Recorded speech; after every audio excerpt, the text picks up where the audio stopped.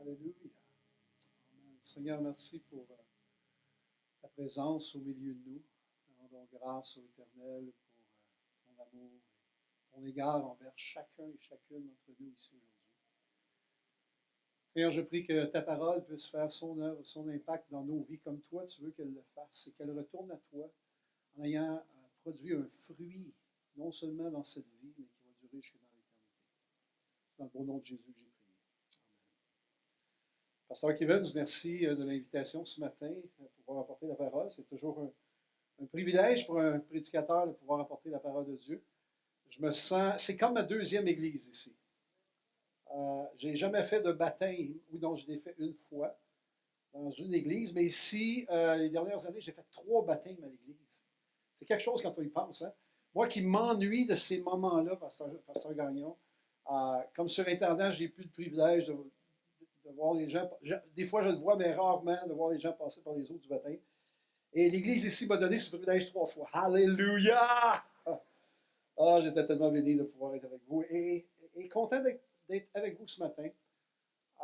Le message que je veux partager avec vous, il sort aussi, ce message-là sort de l'entrevue qu'on a eue pour Yves et Françoise concernant les lettres d'accréditation de ministre ordonné.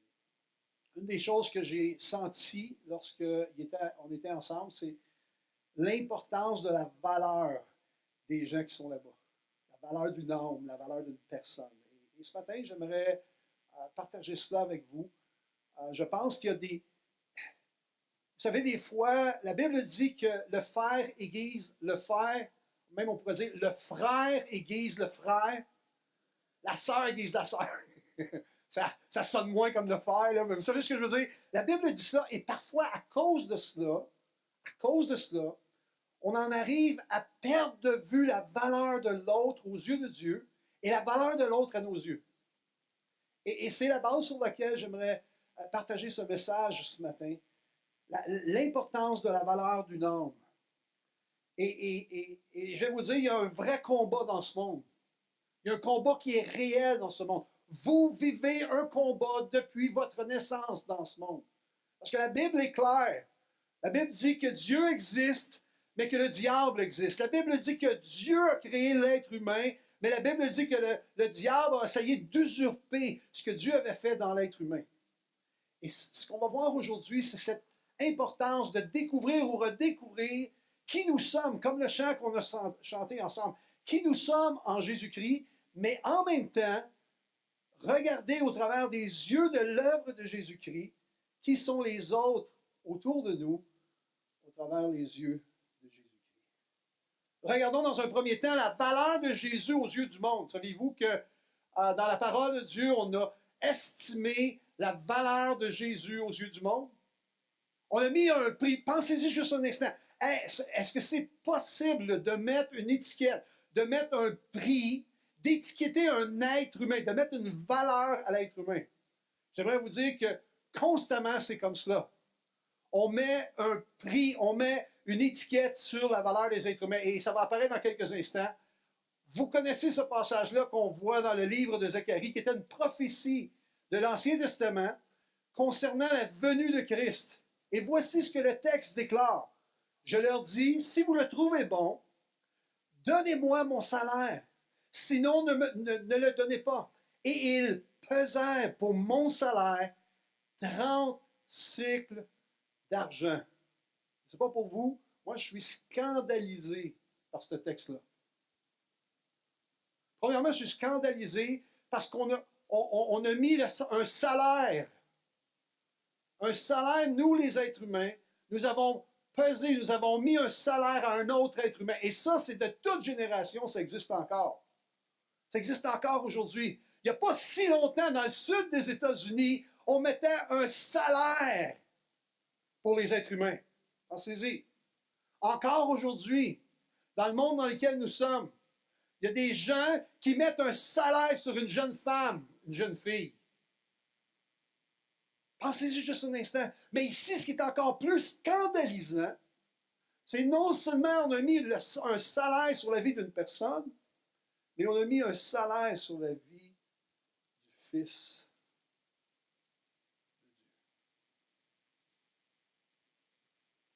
connaissez l'histoire, vous connaissez quand est-ce que ce verset-là a pris place dans l'histoire de l'humanité. Dans Zacharie, c'était une prophétie qui allait venir.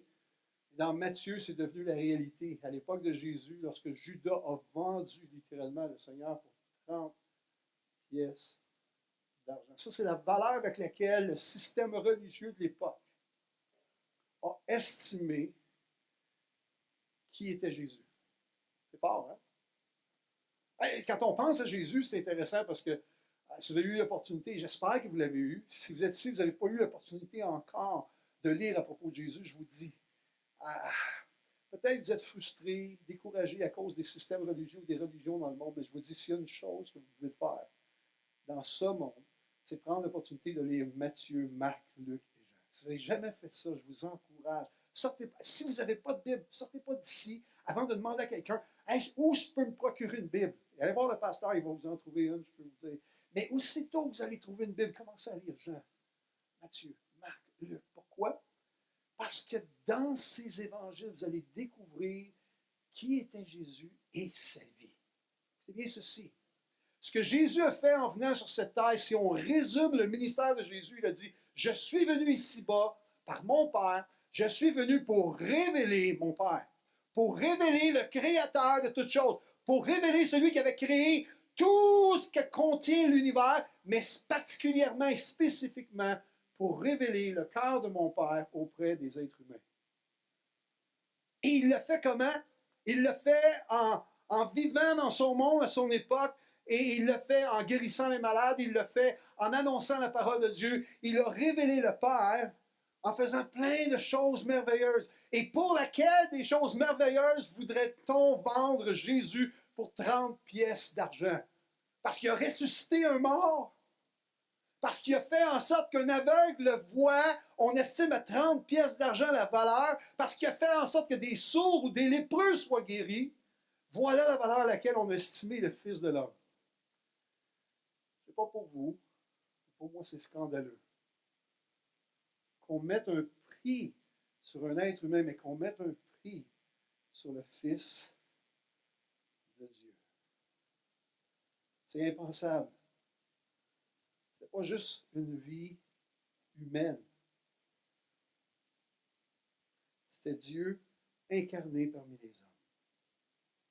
En même temps, quand je pense à ce texte-là, quand je considère ce texte-là, j'ai besoin, pour bien comprendre pourquoi les gens religieux de l'époque ont vendu, pourquoi Judas a vendu aux gens religieux de l'époque. C'est parce que, et ça c'est une vérité que vous et moi, on connaît, et c'est une vérité aussi qu'on a besoin de se souvenir. Comme j'ai dit au tout début, il y a non seulement le royaume de Dieu, mais il y a la réalité du monde des ténèbres qui existe encore aujourd'hui, qui existait à cette époque-là. Et il y a un prince, il y a quelqu'un qui gère ce monde des ténèbres-là, et c'est lui qui a inspiré ou influencé les hommes à mettre un prix sur la valeur humaine. Et c'est lui qui a aussi mis un prix sur la valeur de Jésus-Christ. 30 pièces d'argent. J'aimerais vous dire que si vous prenez attention, vous allez voir dans l'Ancien Testament, quand par accident, quelqu'un tuait un esclave d'une autre personne, vous savez c'était quoi le montant qu'on donnait à l'autre? 30 pièces d'argent. On estime la valeur de Jésus, la valeur d'un esclave. Pourquoi? Parce qu'on a besoin de comprendre c'est quoi notre valeur aux yeux de notre ennemi. Voici ce que la parole de Dieu déclare. C'est Jésus lui-même dans Jean chapitre 10, verset 10 qui dit ceci. Il dit, le voleur. Quand il parle du voleur, il parle du prince des ténèbres. Il parle de cet ennemi de la race humaine. Il se présente comme un ami. Il se présente avec des belles choses. Il se présente avec mensonge. Et voici ce qu'il dit concernant notre ennemi. Le voleur ne vient que pour voler. C'est vrai. Mais non seulement cela, non seulement il vient voler, mais il vient aussi égorger. Et son but ultime, c'est de détruire. Mais Jésus dit, moi je suis venu afin que les brebis aient la vie et qu'elle l'ait en abondance. Vous savez, j'aimerais vous dire que ce texte-là de Jésus, lorsqu'il parle du voleur qui vient pour voler, Je ne sais pas si vous avez déjà réalisé, mais un voleur ne vole que les choses qui sont précieuses à ses yeux. Si vous aviez une vieille bicyclette ici à l'avant, là, pas attachée, pas barrée, tout rouillé, les pneus crevés, la roue en avant tout croche, vous pouvez la laisser là pendant des semaines, voire des mois, il n'y a pas personne qui va la prendre. C'est pourquoi? Parce que même un voleur qui passerait et qui regarderait la bicyclette ferait comme wow!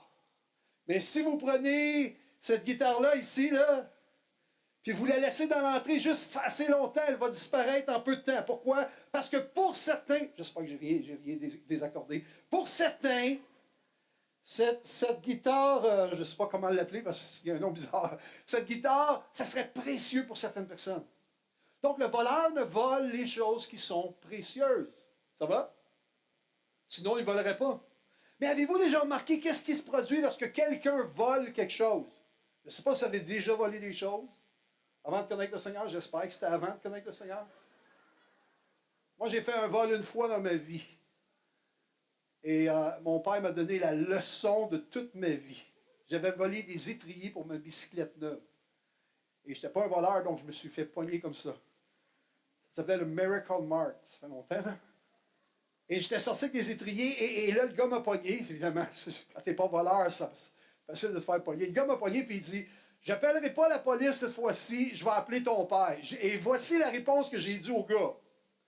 Appelle la police. Et ça, je vous le dis, là, c'est vrai. J'ai dit, appelle la police. J'ai moins peur de la police que de mon père. Et tout à coup, le gars parlait à mon père au téléphone. Puis il a raccroché, il dit c'est correct, j'ai parlé avec ton père, tu peux y aller, il n'y aura pas de rapport, etc.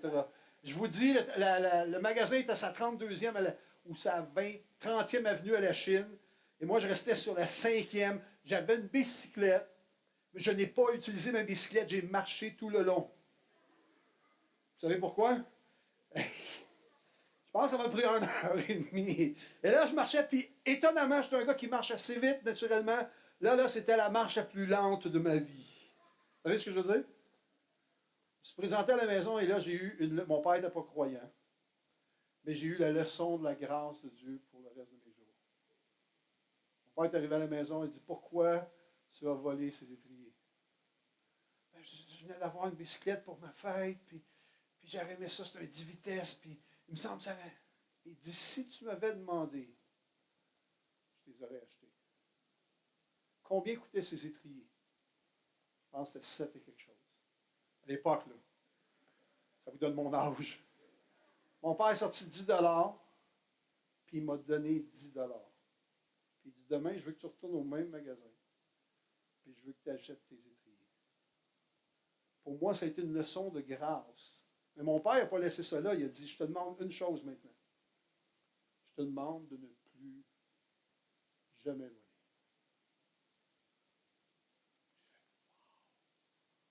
Oui, pas de problème, père. Oh, j'ai eu une autre occasion avec des amis qui étaient des voleurs de voler. Mais vous savez quoi, quand j'avais pris la chose dans le magasin pour la sortir, il m'a donné cette conviction, je ne sais pas quelle c'est, mais une conviction qui est venue, hey, j'ai pris un engagement avec mon père. Et je ne vais pas retourner là-dedans. Et mes chums riaient de moi en sortant, ils avaient tous pris quelque chose, personne ne s'était fait pogner. J'étais le seul qui n'avait rien pris. Puis un de mes chums m'avait dit, mais pourquoi tu ne l'as pas pris, tu l'avais avec toi? J'ai dit, puis là j'étais gêné de lui dire, mais j'ai dit, parce que j'ai promis à mon père que je ne le ferai plus jamais. On vole des choses parce que c'est précieux pour nous. Ça peut être n'importe quoi. Le voleur ne vient que pour voler. Mais quand tu l'as, la chose que tu as volée, remarquez ce qui arrive avec les voleurs. Quand ils l'ont, tout à coup, cette chose-là qui était si précieuse parce qu'elle est précieuse aux yeux de quelqu'un d'autre, cette chose qui était si précieuse, qui est si précieuse pour eux, devient une chose vile. Dans peu de temps, le voleur va commencer. S'il a volé une bicyclette, par exemple, dans peu de temps, il conduit la bicyclette pour la briser, etc. S'il vole un char, c'est la même chose. Quand il y a l'utilisation de l'objet volé, tout à coup, ça n'a plus de valeur. L'ennemi vient pour voler ce qui a de la valeur aux yeux de quelqu'un d'autre. C'est qui l'autre personne? Dieu. Il vient pour voler parce que Dieu a créé les êtres humains. Mais lorsqu'il a volé les êtres humains, tout ce qu'il cherche à faire, c'est égorger, détruire. J'aimerais vous dire comment il le fait au travers du péché. Oh, au début, le péché, ça a l'air bon, vous savez. C'est une demi-vérité. Oh, c'est bon, c'est bon. Mais tu ne vois pas les liens, tu ne vois pas l'esclavage dans lequel tu es en train d'avancer. Tu ne vois pas l'impact de l'œuvre de l'ennemi dans ta vie. Parce qu'à la fin de toute chose, la vérité ultime, c'est que Dieu veut rendre libre et le diable veut garder captif au point de détruire l'être humain. Quand vous regardez les gens dans le péché, que ce soit le sexe, que ce soit l'alcool, que ce soit la drogue, que ce soit le vol, regardez les gens. Après plusieurs années à vivre dans ces différents péchés-là, vous savez, on est des êtres humains, on a tous péché. La Bible dit tous ont péché et sont privés de la gloire de Dieu. Tous! Il n'y a pas personne qui peut se tenir ici et dire moi, je suis juste par mes propres œuvres. Il n'y a personne qui peut faire ça. Parce que la Bible dit tous nous sommes pécheurs. On a tous goûté à un niveau ou à un autre ce péché-là. Et vous et moi, on a une petite, une moyenne ou une grande expérience de comment le péché vient subtilement pour nous garder liés. Moi, j'avais un appel au ministère, puis ça m'a pris des années avant d'être libéré des conneries que j'ai faites par le passé, parce que j'avais de la misère à croire que Dieu m'aimait assez, tellement que je pouvais simplement le servir, Michel, comme j'étais. Parce que le péché m'avait rendu captif. Le voleur ne vient que pour égorger, et voler, égorger, et ultimement, complètement détruire. Moi, j'ai côtoyé des gens, des hommes, des femmes qui sont tellement liés dans leur péché qu'ils en arrivent au point de vouloir s'enlever la vie. Ils en arrivent au point de faire des choses stupides et insensées parce qu'ils n'ont plus de sens à leur vie. Ils sont déconnectés avec leur Créateur. Et Jésus est venu sur cette terre pour nous révéler le Père. Il est venu sur cette terre pour nous révéler le Créateur. Et quand tout à coup on découvre celui qui nous a créés, on découvre une chose importante. La chose importante, c'est que bien qu'on a peu ou pas de valeur dans les yeux de notre ennemi, on a une grande valeur aux yeux de Dieu. La question, c'est pourquoi on a tant de valeur aux yeux de Dieu? On est pécheurs, on est séparés d'avec Dieu. Pourquoi a-t-on tant de valeur aux yeux de Dieu? Et premièrement, Genèse dit qu'on a de la valeur parce que c'est Dieu qui nous a créés. Genèse 1,27 déclare Dieu créa l'homme à son image, il le créa à l'image de Dieu, il créa l'homme et la femme. Pourquoi on a tant de valeur? Parce que notre valeur commence avec le fait que c'est Dieu notre Créateur. C'est pour ça que l'être humain a tant de valeur. Et lorsque Dieu avait fait dans Genèse toute la création, lorsqu'il a créé la terre, les animaux, les étoiles et tout cela, lorsqu'il a fini sa création, lorsqu'il est arrivé à l'homme et la femme, alors que Dieu avait trouvé que tout ce qu'il avait fait était bon, lorsqu'il est arrivé à l'homme et la femme, il a déclaré, et c'est pas n'importe qui déclare c'est Dieu, il a déclaré, maintenant je peux dire, cela, en parlant de sa création, avec l'ultime de sa création, cela est très bon. Voici la déclaration que Dieu fait. C'est tellement important de rester attaché avec les déclarations de Dieu dans nos vies.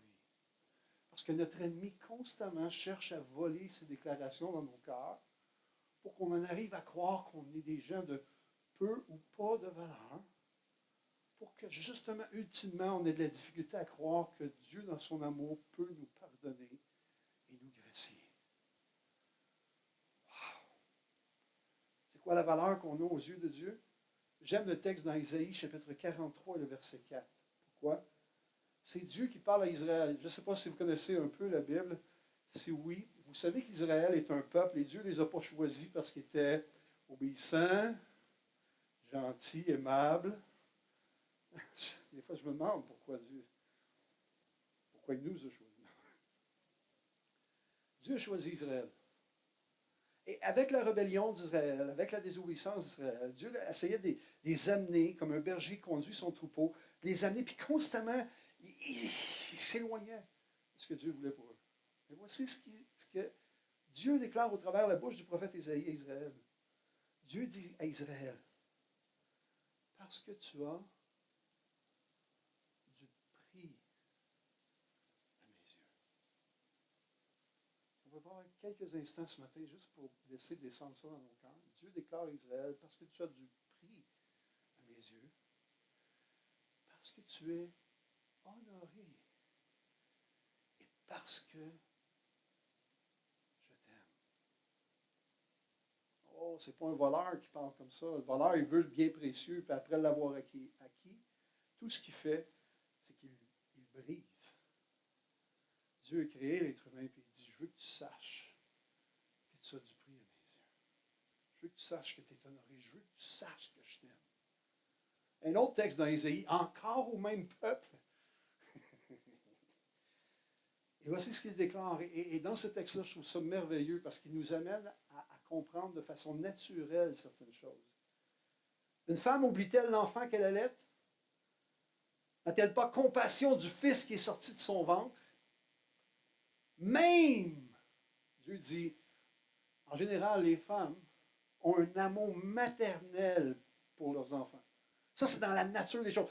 Mais même s'il arrivait qu'une femme sur cette terre n'ait pas cet amour maternel à cause des blessures dans sa vie et du voleur qui est venu enlever les choses, même si elle ne l'avait pas, regardez la suite du verset, Dieu déclare à Israël, même s'il l'oubliait, moi, je ne t'oublierai jamais.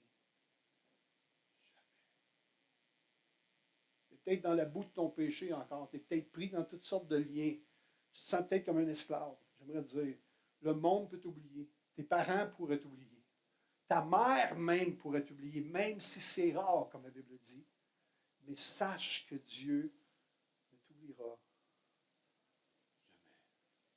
Pourquoi pas courir et se propulser à se jeter dans ses bras? Parce qu'il a tant d'amour pour toi. J'aimerais vous dire que même si vous vous sentez abandonné par les gens autour de vous, par vos familles, vous êtes toujours choyé dans le cœur de Dieu.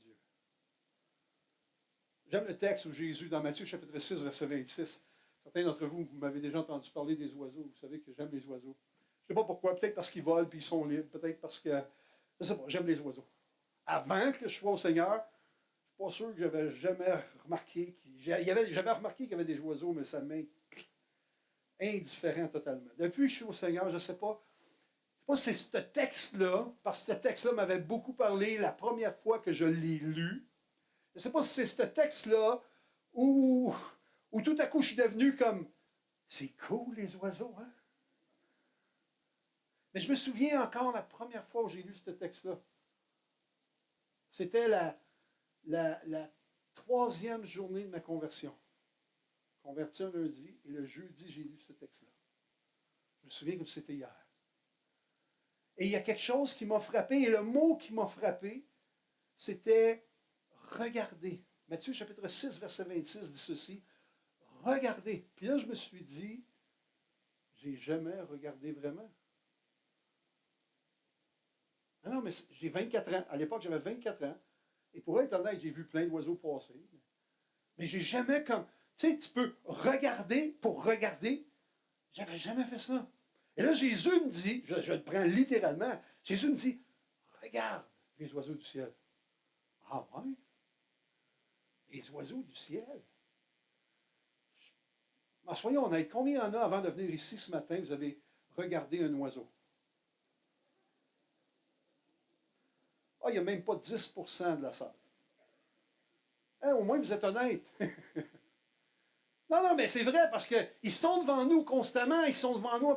Puis ce qui est intéressant, le mot oiseau ici que Jésus utilise, c'est le terme général, générique. Tu sais, c'est pas les oiseaux d'exception.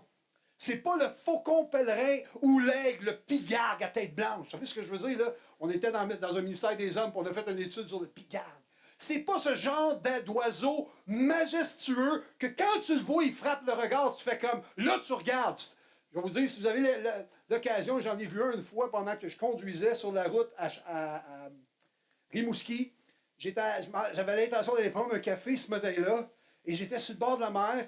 Et alors que j'étais sur le bord de la mer, tout à coup est sorti de nulle part un aigle à la hauteur de mon pare-brise, à tête blanche. Et vous savez quoi? Je parlais au téléphone avec ma femme, j'ai fait comme « Wow, chérie! Chérie! Il y a un aigle! Il y a un aigle! » Et là, elle était au téléphone, puis elle fait « Quoi? Il y a un aigle! Il y a un aigle! » Puis là, elle dit « Qu'est-ce que tu veux dire? » J'ai dit « Il y a un aigle à tête blanche, un pigargue! » Là, elle dit « Un moineau! » Non, pas un moineau! Un aigle! Là, elle dit, qu'est-ce que tu fais? Je le suis! Et là, j'ai pris le chemin de la petite rivière, j'essayais de le suivre parce qu'il planait au-dessus de la petite rivière. Mais ça, cet oiseau-là, il frappe les regards. Tu le vois, peu importe. J'ai vu un grand-duc à un moment donné, c'est la même chose. Tu vois ce genre d'oiseau-là, wow! Mais tu as aussi oiseaux vulgaires. Là, les oiseaux, là, les petits moineaux qu'on a, 365 jours par année, les oiseaux, c'est eux autres qui parlent. Tu sais, moi, j'ai le privilège de visiter quelques pays. Et j'ai vu ces moineaux-là au Québec, en été. Au Québec, à moins 35. Et les autres partent pour le sud. Ils sont assez intelligents pour aller dans le sud. Eux autres, ils restent. Tu sais, ces petits moineaux-là, là, ils restent collés ici. J'en ai un, nous, on a un duplex. Et la galerie d'en haut, à l'arrière, il y a un fil, ancien fil de téléphone qui passe là. Et à partir du mois d'octobre jusqu'au mois d'avril, ce moineau-là, c'est la 3e année qu'il se couche là tous les soirs. Puis j'ai un chien. Fait que je dis tout le temps au chien, fais pas trop de bruit le soir. Puis moi, je n'ouvre pas la lumière, je ne veux pas déranger le petit moineau. Mais ces petits moineaux-là, ils sont partout. J'étais en Afrique, devinez ce que j'ai vu en Afrique. Des moineaux. J'étais en Israël, hein, c'est où Israël? Devinez ce que j'ai vu en Israël? Des moineaux. J'étais en Inde. Vous savez ce que j'ai vu en Inde? Des moineaux. J'étais au Mexique, j'ai vu des moineaux. J'étais au Honduras, j'ai vu des moineaux. J'étais au Guatemala, j'ai vu des moineaux. Probablement, il faudrait que j'aille dans l'Antarctique ou dans l'Arctique pour ne pas voir de moineaux. Mais partout sur la surface de la Terre, il y a ce genre de moineaux qu'on ne remarque pas. Tu sais, qui passent, sont là, ils chantent, on ne les remarque pas. Parce que c'est juste des moineaux vulgaires, ordinaires. Tu sais ce que je veux dire? Ils ne frappent pas les regards. C'est juste des moineaux. Puis Jésus nous dit ici, je me souviens en 84, quand j'ai lu ça pour la première fois, Jésus dit, Michel, regarde. Regarde les moineaux. Regarde les oiseaux. Quand j'ai lu, j'étais en dedans, il a fallu que je sorte dehors pour regarder les oiseaux. Et voici ce que le texte dit. Ils ne sèment ni ne moissonnent. Ils n'amassent rien dans des greniers. Et votre Père céleste les nourrit. J'aimerais vous dire que quand j'ai lu ça pour la première fois, je vais vous mettre dans le contexte. Le contexte était celui-ci. Je venais d'arriver à l'église, je venais de découvrir Jésus pour la première fois de ma vie, un lundi soir. Et là, on est jeudi matin. Et j'ai beaucoup de misère à accepter la grâce de Dieu, le pardon de Dieu pour ma vie. Oh, je sais que Dieu le dit, je t'ai pardonné. J'ai même senti quelque chose en dedans. Je me sentais aimé de Dieu, mais de ma tête, mon raisonnement disait, ah, ça ne peut pas être si facile que ça. Non, non, Dieu ne peut pas t'aimer tant que ça. Il peut aimer son fils Jésus, mais toi, tu n'es pas vraiment aimable, Michel. J'avais ces combats-là dans ma tête. Vous savez ce que je veux dire? Puis quand j'ai lu ce texte-là, une des choses qui m'a saisi, c'est la suite. Jésus dit, ne valez-vous pas beaucoup plus qu'eux?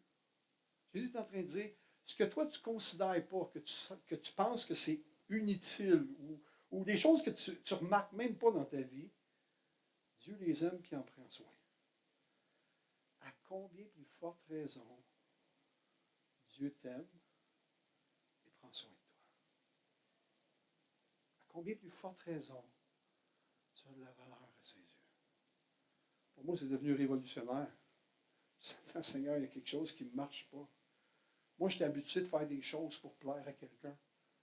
Puis Dieu dit, je veux juste que tu saches que je t'aime parce que tu as de la valeur. Et ça a pris un certain temps avant de comprendre pourquoi j'avais de la valeur. Vous savez, dans le monde, ma valeur était attachée à ma connaissance, à mon expérience, à mes capacités, mes dons. J'étais un travailleur. J'étais vraiment un travailleur forcené, là. Donc, ma valeur était dans le fait que j'avais jamais manqué une journée d'ouvrage de ma vie. Alors, j'avais 24 ans, j'étais fier de le dire. Je pouvais arriver tout croche avec des parties toute la nuit, mais il y a une chose que je n'aurais pas manqué, c'est 1 heure de travail. J'ai déjà rentré avec la tête dans le bol, mais j'étais pour être là. Vous savez ce que je dis? Fier d'être un bon travailleur.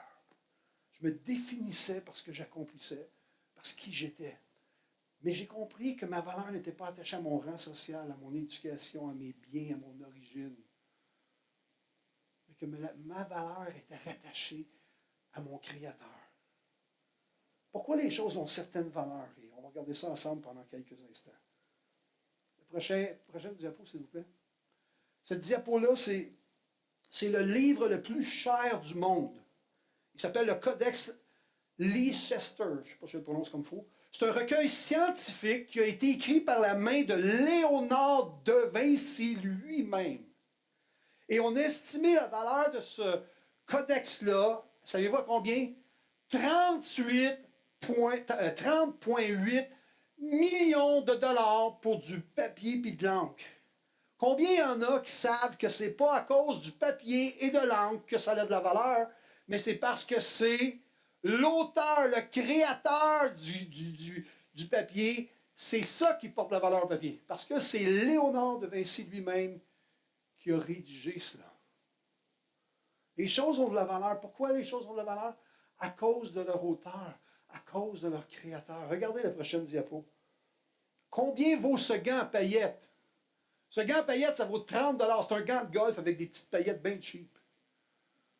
30 $. Mais si Michael Jackson l'a porté, combien pensez-vous que ça vaut? Quand Michael Jackson a porté un gant de 30 $, on a estimé à 420 000 $ la valeur de ce gant-là. Pourquoi? La valeur n'est pas dans le gant, dans les paillettes. La valeur était dans celui qui l'a acheté ou qui l'a porté. Prochaine diapo. Combien pensez-vous que vaut ce tableau-là? Je sais que vous ne donneriez pas grand-chose, mais ce tableau-là, il s'appelle l'interchange. Interchange. Ce tableau-là vaut 300 millions de dollars. Attendez une minute, wow. Il ne vaut pas 300 millions à cause du frame en bois ou de la toile ou de la peinture. Il vaut 300 millions de dollars à cause de son auteur. Est-ce que vous me suivez? Il y a des gens dans ce monde qui sont prêts à dépenser des sommes d'argent incroyables pour acquérir cela. Pourquoi? Parce qu'ils comprennent un principe. C'est pas juste la peinture, c'est pas juste le dessin, c'est le nom. Hello? Qui était le créateur? Qui est l'auteur derrière? Willem de Kooning. Je ne connais pas. Je ne donnerai pas 5 $ pour moi. Mais je ne suis pas un connaisseur. Maintenant, je sais ce qu'il vaut. Je pourrais donner 1000 pour. Puis leur vendre 100 millions. Je veux dire. Mais il faut que tu saches. Et moi, je ne le sais pas. Regardez le prochain, vous allez comprendre. Un Stradivarius Lady Blunt. Je ne connais rien en musique. Les gens qui sont ici, qui ont joué ce matin, qui ont conduit la louange, comprennent probablement la valeur d'un instrument. Moi, je n'ai aucune idée de ce qu'un instrument peut valoir. Mais l'instrument, quand c'est Antonio Giacomo Stradivari, quand c'est M. Stradivari qui l'a fait, aujourd'hui, ce violon-là, c'est le plus cher au monde. Et il vaut 15,89 millions de dollars. Pourquoi? Pas à cause du bois, pas à cause des cordes. Je ne sais pas en quoi c'est fait, là, mais en tout cas d'autres choses. Là. Pas à cause du bois et des cordes uniquement. Il y a peut-être une certaine valeur à cause de cela, mais sa valeur n'est pas à la hauteur de celui qui l'a conçu. La valeur d'une chose vient pas juste de comment la chose est faite, mais elle vient de son concepteur, de son créateur, de celui qui l'a fait. Et c'est là que ça change complètement pour nous la valeur de qui nous sommes.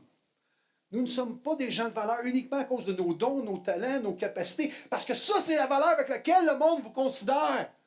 Et s'il y en a dans le monde qui pensent que vous n'avez pas beaucoup de valeur parce que vous n'avez pas beaucoup de dons, de capacités, alors ils mettent un X sur votre vie. Et si vous êtes plus chanceux que les autres parce que vous avez plus de dons, de capacités, si vous chantez bien, ou maintenant vous travaillez bien, là ou encore vous êtes intelligent, là on va mettre un peu plus de valeur à ta vie. Le monde a estimé à 30 pièces d'argent la valeur de Jésus. Et le monde estime aussi votre valeur. J'aimerais vous dire que ce n'est pas la réelle valeur de qui vous êtes, parce que votre réelle valeur vient de votre créateur, de votre concepteur.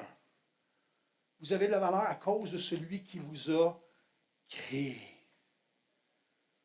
Non seulement ça, vous avez de la valeur non seulement à cause de celui qui vous a créé, puis ça devrait changer nos lunettes quand on regarde les êtres humains autour de nous. Je vous dis tout de suite, ça devrait changer nos lunettes. Un être humain tous les êtres humains ont été créés par Dieu. Ce qui leur amène de la valeur. Le problème, c'est qu'on regarde leur vie, on regarde l'expression de leur vie, et on en arrive à faire pas de valeur. Ou il me fait du mal, ou il me fait du tort, ou j'aime pas sa personne, j'aime pas qui il est. Pourtant, certains d'entre nous, on va considérer les oiseaux du ciel, mais notre voisin, ça nous amène à considérer autrement. Si on croit vraiment que celui qui est l'auteur de la race humaine, c'est Dieu, ça nous amène à voir les êtres humains d'une façon complètement différente. Même ceux qui sont complètement dévastés, égorgés, brisés par l'œuvre de l'ennemi. Et vous savez quoi? Il y en a. Il y en a un méchant paquet. L'Église a besoin de trouver sa valeur si elle veut être efficace pour aller rejoindre des gens qui, par l'ennemi, sont considérés comme sans valeur. Le diable, il regarde les gens qui sont dans la rue ici, puis qui se promènent, puis les gens qui vivent dans cette région, puis il considère sans valeur. Pourquoi je vous dis ça? Parce qu'il cherche à les garder captifs, à les lier. Mais l'Église qui connaît le message et qui sait d'où vient notre valeur comme être humain, à cause de notre Créateur. Et plus que cela, savez-vous pourquoi vous avez de la valeur? Non seulement à cause de celui qui vous a créé, mais vous qui êtes ici, vous savez que vous avez de la valeur à cause de celui qui vous a racheté.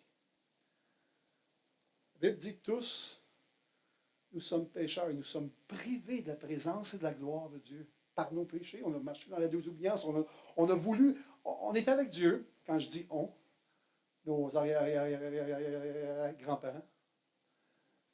Et puis on a décidé de dire, ce que l'ennemi nous présente, ce que le voleur nous présente, ça a l'air bon.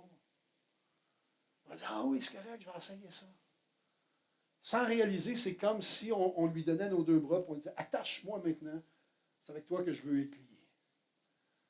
Jusqu'à temps qu'on découvre Dieu. Puis Dieu a été celui qui a initié le plan merveilleux du rachat de l'homme. L'homme a décidé de marcher loin de Dieu, se foutre de Dieu, de mépriser Dieu, blasphémer Dieu.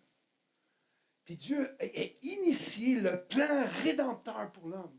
Écoutez, je ne sais pas si vous réalisez, là, mais il faut que quelqu'un t'aime pour qu'il trouve un plan pour toi alors que toi, tu n'es pas aimable. Là, il y en a qui sont plus aimables que d'autres. C'est vrai, vous avez raison. Moi, je faisais partie de la catégorie des pas aimables pantoute. Non, mais c'est ça, il y en a dans le monde, ils sont comme plus, un petit peu plus aimables. Tu sais, moi, j'étais dans la gang des pas aimables. Mais pour que Dieu trouve un plan pour me sortir du fait que je n'étais pas aimable, puis m'amener avec lui, c'est révolutionnaire, c'est incroyable, c'est impassable, c'est insondable.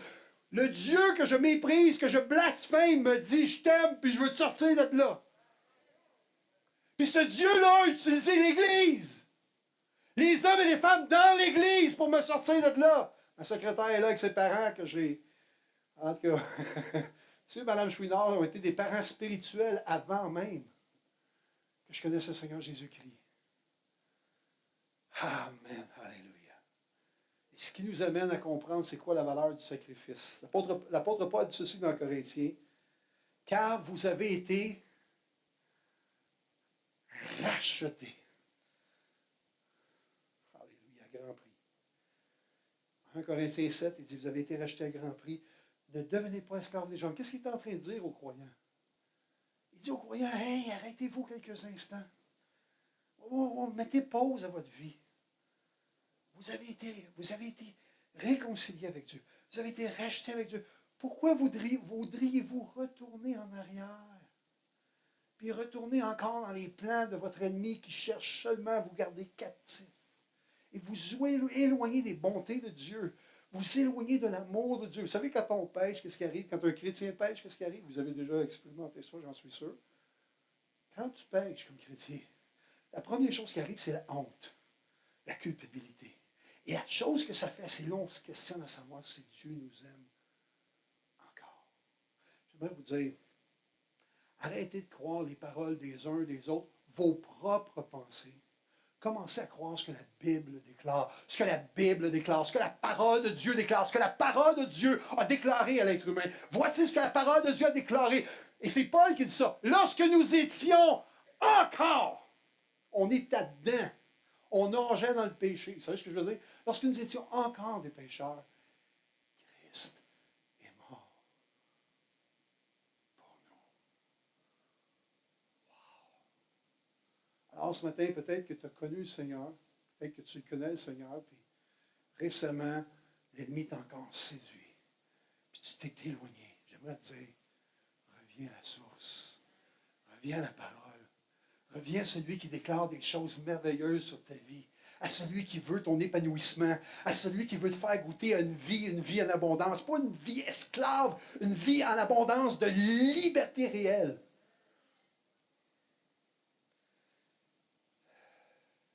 C'est quoi la valeur de son sacrifice? Regardez, c'est qui va écrire le prochain texte. L'apôtre Pierre. Moi, ça me fascine que Pierre ait écrit ce texte-là. Pierre a marché pendant 3 ans avec Jésus. Jésus était cherché et il a dit, Pierre, suis-moi.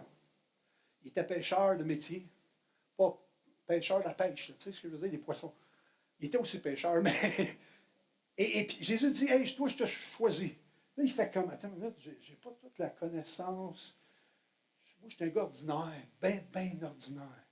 J'ai dit, j'ai besoin de toi, je veux un gars ordinaire. Il l'a choisi, il l'a pris. Puis quand il l'a pris, voici ce qu'il a fait. Il a marché 3 ans avec Jésus. Pendant ces 3 années-là, il a entendu des messages sur le royaume de Dieu, sur qui était le Père.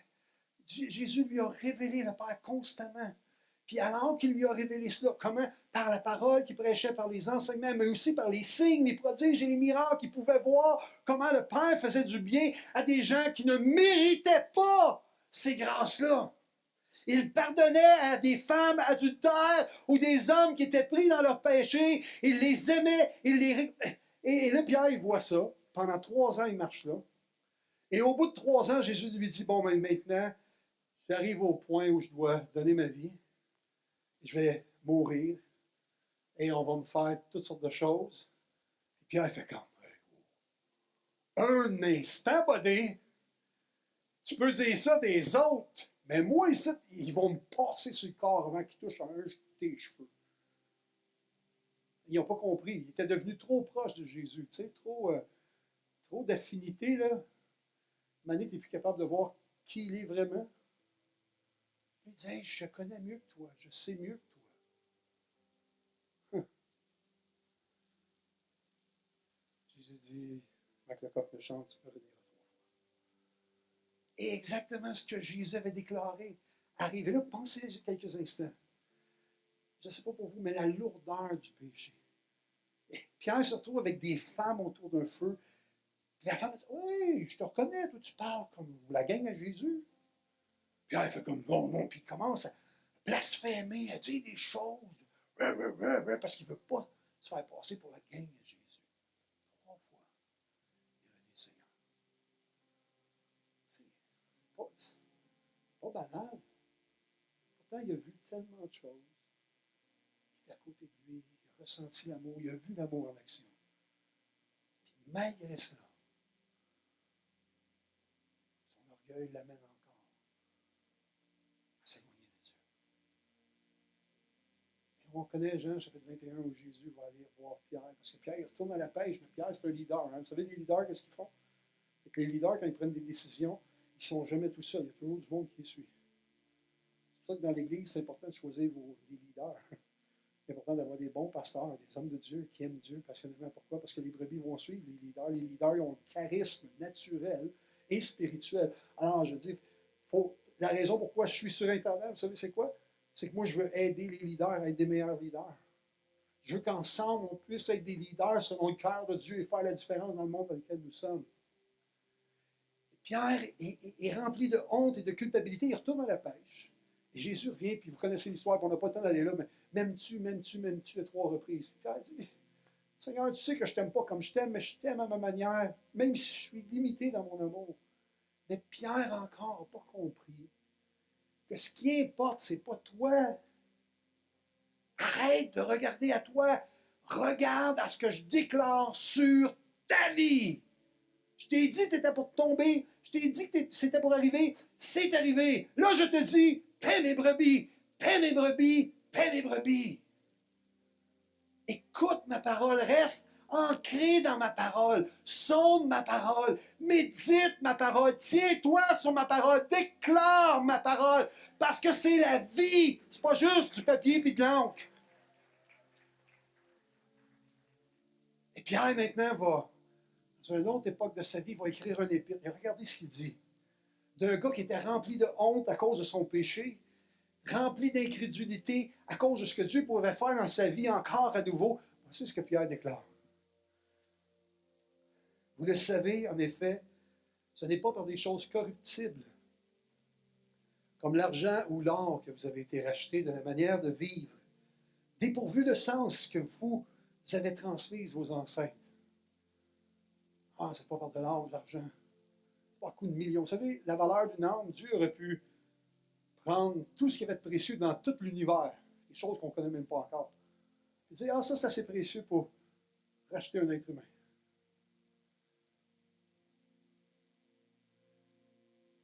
La séparation du péché demandait un sacrifice parfait.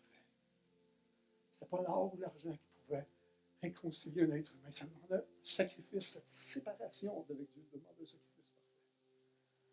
Le Père dit oui. J'en connais un sacrifice parfait. Mon fils, celui qui est chéri à mon cœur, a donné sa vie afin de réconcilier ceux que j'ai créés avec moi-même. Et Pierre dit ceci. Vous avez été rachetés par le sang, écoutez le mot, précieux. Plus précieux que l'or, plus précieux que l'argent. Plus précieux que les valeurs de ce monde qui définissent les êtres humains. Voici l'œuvre de mon Fils. Cette œuvre est précieuse, son sang est précieux. Il s'est sacrifié comme un agneau, sans défaut et sans tache. Et le Père est le seul, au travers du sacrifice de Jésus-Christ, qui peut prendre ce qui est mal dans nos vies et le transformer en bien.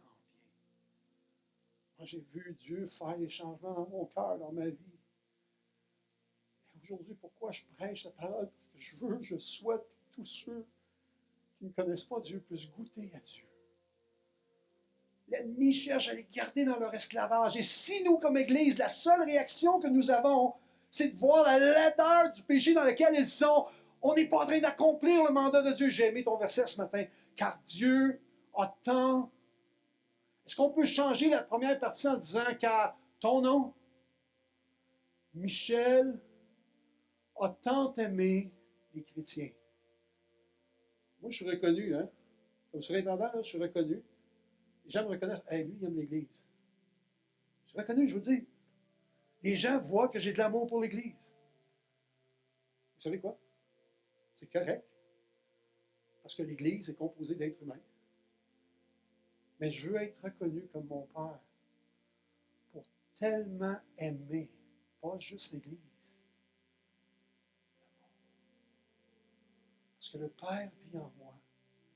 Il me propulse à comprendre que je ne dois pas regarder, évaluer, mettre un prix sur la vie à quelqu'un, dire « Ah, mais tu pourras devenir mon frère, ma soeur, tu pourras venir à l'église, mais je vais mettre un prix à ta vie quand ta vie sera en meilleur état. » Là, on pourra... Non, c'est pas ça. Quand Dieu a tant aimé le monde, séparé de Dieu pour envoyer son Fils unique, moi, ça me renverse, ça me bouleverse, ça me saisit. Seigneur, je sais que je n'ai pas encore cet amour parfait, total en moi, et je prie Dieu pourtant, remplis mon cœur d'un amour parfait, total, entier pour le monde.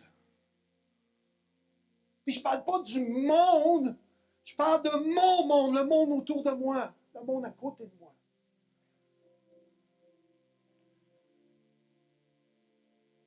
Jérémie 29, 11 dit ceci.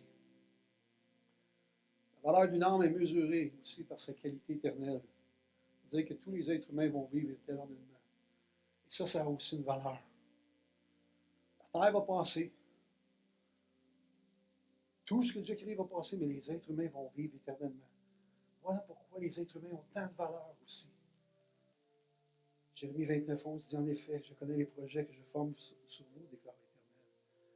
Projets de paix et non de malheur, afin de vous donner un avenir et une espérance. Yves et Françoise, Dieu avait déposé dans vos cœurs ces projets de paix et non de malheur, bien avant que vous soyez sur le champ missionnaire. Dieu vous avait appelé depuis le début de vos vies chrétiennes. Vous avez découvert Dieu. Il vous a appelé. Vous savez quoi, frères et sœurs? Dans son amour, Dieu nous appelle à découvrir le plan qu'il a pour nous, la destinée qu'il a pour nous. Est-ce qu'on peut se lever ensemble ce matin? Alléluia. Seigneur, je veux te remercier aujourd'hui pour le fait que tu nous estimes encore plus que des vulgaires moineaux. Bien que tu les aimes, bien que tu prends soin d'eux, bien que tu les considères, même alors que nous, on ne les considère pas, tu nous dis qu'on a de la valeur à tes yeux. On a de la valeur parce que tu es notre Créateur, tu es celui qui a mis le sceau de ton œuvre sur la vie humaine. Ça a de la valeur, cela, ça a du poids. Tu es l'auteur de la vie humaine. Tu es le concepteur de la vie humaine. Et ça, c'est de la valeur. Plus que les tableaux, plus que les Stradivarius, plus que tout ce qui a de la valeur dans ce monde. L'âme humaine a de la valeur à tes yeux parce que c'est toi qui es le Créateur. Mais tu t'es pas arrêté là, Seigneur, parce que nous nous étions rebellés, parce que nous avons choisi de vivre dans une vie séparée de toi. Tu as voulu, dans ton plan parfait, nous réconcilier avec toi au travers de l'œuvre de Jésus-Christ. Et ce rachat a de la valeur. Cette œuvre de Jésus a de la valeur. Alors ma question pour chacun d'entre nous ce matin, c'est quoi la valeur qu'on attribue à l'œuvre de Jésus pour ta vie? Et ici dans ce lieu, qu'est-ce que tu fais avec l'amour du Père? Qu'est-ce que tu fais avec la valeur dans laquelle le Père a mis ce rachat, cette œuvre de réconciliation avec lui qui s'appelle Jésus-Christ? Qu'est-ce que tu fais dans ta vie? C'est quoi la valeur que ça a à tes yeux? Il n'y a pas longtemps, j'étais choqué. J'ai rencontré quelqu'un qui est venu me témoigner. Je parlais justement, je lui parlais de cette dimension où Dieu l'aimait, etc. Puis en parlant avec lui, il me dit ceci. Il dit, ça me touche que tu parles de cela. Parce qu'il dit, moi, j'étais dans des gangs de rue. Puis il dit, moi, j'étais celui qui mettait la valeur sur les filles. Quand il m'a dit ça, le Père en moi a fait 2 tours. Tout à coup, je l'estimais pas beaucoup. Je vais être honnête avec vous. Il parlait, plus qu'il parlait, puis il m'expliquait comment ça marche, les réseaux, puis qu'est-ce qu'il faisait, puis il vendait une fille à un autre groupe, etc. Là, en dedans, j'étais comme, je voyais plus la grâce. Je vais être honnête, là. Et à un moment donné, j'ai dit, arrête. Là, il m'a regardé, il dit, qu'est-ce qu'il y a? J'ai dit, arrête, il y a comme 2 réalités en moi. J'ai comme la réalité où je veux croire que Dieu a fait un œuvre de grâce dans ta vie, mais il y a l'autre réalité où j'aurais le goût de te descendre ça dans la face parce que c'est écœurant ce que tu as fait. Puis Guy me regardait, puis il est parti à rire. Il dit, je te comprends. Parce qu'il dit, je me sens comme ça aujourd'hui. Puis là, il a commencé à me raconter toute l'histoire de sa vie. Et parce qu'on n'avait jamais estimé la valeur de sa valeur à lui, il en était venu à croire qu'aucun être humain, particulièrement les femmes, n'avait aucune valeur.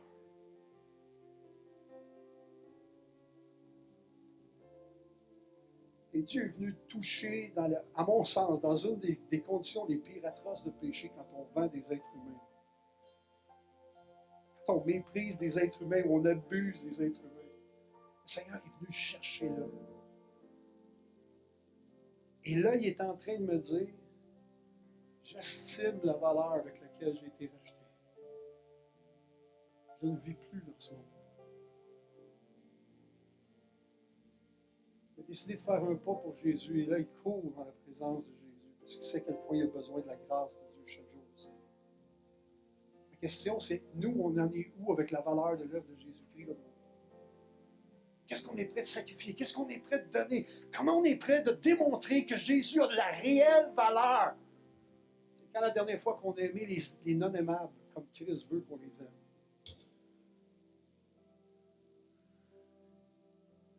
Seigneur, merci pour ta parole ce matin.